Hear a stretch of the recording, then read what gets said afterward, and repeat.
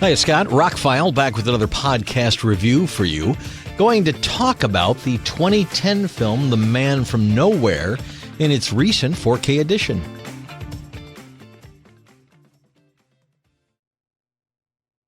I mentioned in a previous review that I picked up 2 Korean movies from Grov.com because they had 3 for $30 on 4Ks, and these cost a bit more individually, so why not get them for $10 a piece?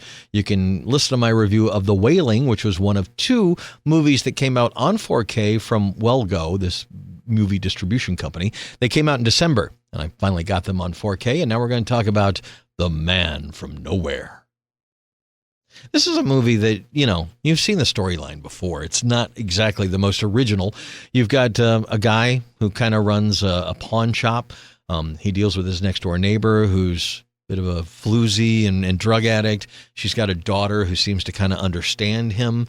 And then bad things ensue, and it turns out the owner of the pawn shop is a little bit more than he appears. And when somebody gets kidnapped, this is the only person that really understands him, so he goes on a killing spree, I guess you could call it. Again, this is not the most original storyline for a film, but as I've mentioned in many podcasts, you can take a derivative, hey, I've seen this before, and do it with creativity, with style, with emotion, with whatever. And I got to say, this movie actually moved me. I really wasn't expecting much from it. Some of the reviews I'd read had said that it was okay. It wasn't bad. And then some other reviews said it was really good. So in between a little bit of research I did, in 2010, this was the biggest box office success in Korea. Went on to make $43 million US. It's kind of huge for a Korean movie. So you find out a little bit more, and I don't want to get into spoilers, about the guy who owned the pawn shop and who he was before. And does it sound like a John Wick? Does it sound like one of those other kind of movies? Yeah, it kind of is. But again, done really well. And from a Korean perspective, much like The Wailing, it just comes across differently. It's a different country, different mannerisms, different ideas, different values, so to speak. And I got to say, this was one I popped in and was like, okay, it should be good, like a 3 out of 5 star. And when it was over, I was moved. I was touched. I enjoyed the action. I thought the movie was well acted.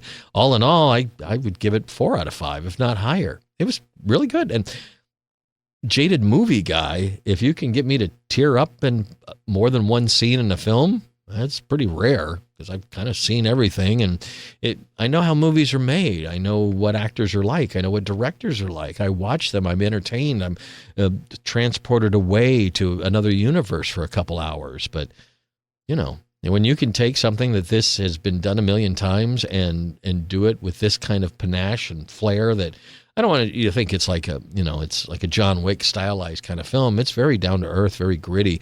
It's a good 4K, by the way. I couldn't find too much technical information of it, but it looks and sounds great. This one, unlike The Wailing, did have an English dub. So there's that as well. Both of these movies, when they came out in December, both said they have Dolby Atmos, and neither one does. Whether they're going to re-release them that way or maybe it was just a marketing faux pas, it says on the boxes, but that's not the soundtracks that are included, unfortunately. And the soundtracks sound fine.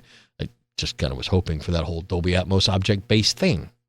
But anyway, looks great, sounds great. Should you pick this up over the Blu-ray? Absolutely. I thought some of the outdoor shots, some of the shots of, just like The Wailing, some of the shots of Korea look amazing. It's a beautiful place, well shot by these good cinematographers. The director has gone on to make a few big movies, but this was one of his biggest movies. And like I said, it made over almost $44 million US, which is big for a South Korean film. The Man from Nowhere. It's kind of what you expect, done really, really well. If you want to see a guy, trying to find someone who's been kidnapped, who understands him and going through some seedy underworld stuff that he didn't want to get back into, it's that kind of movie, just really well done. Man from Nowhere is available now on Blu-ray. It came out last December in 4K. You can also find it on many streaming services. I think it's worth a watch, especially if it sounds like something you'd enjoy. It is touching, and it will pull on your heartstrings by the end of it. Trust me on that. The Man from Nowhere, available now. 2010 film, worth watching. Scott, I'm ROCKFILE. Thanks for listening to this short review. I've got some longer ones on the way. Coming up, we're going to include the new Crow 4K. I've been checking that out. It looks great. And I've got a few other movies to talk about. So hang out. Thanks for listening. Have a spectacular day.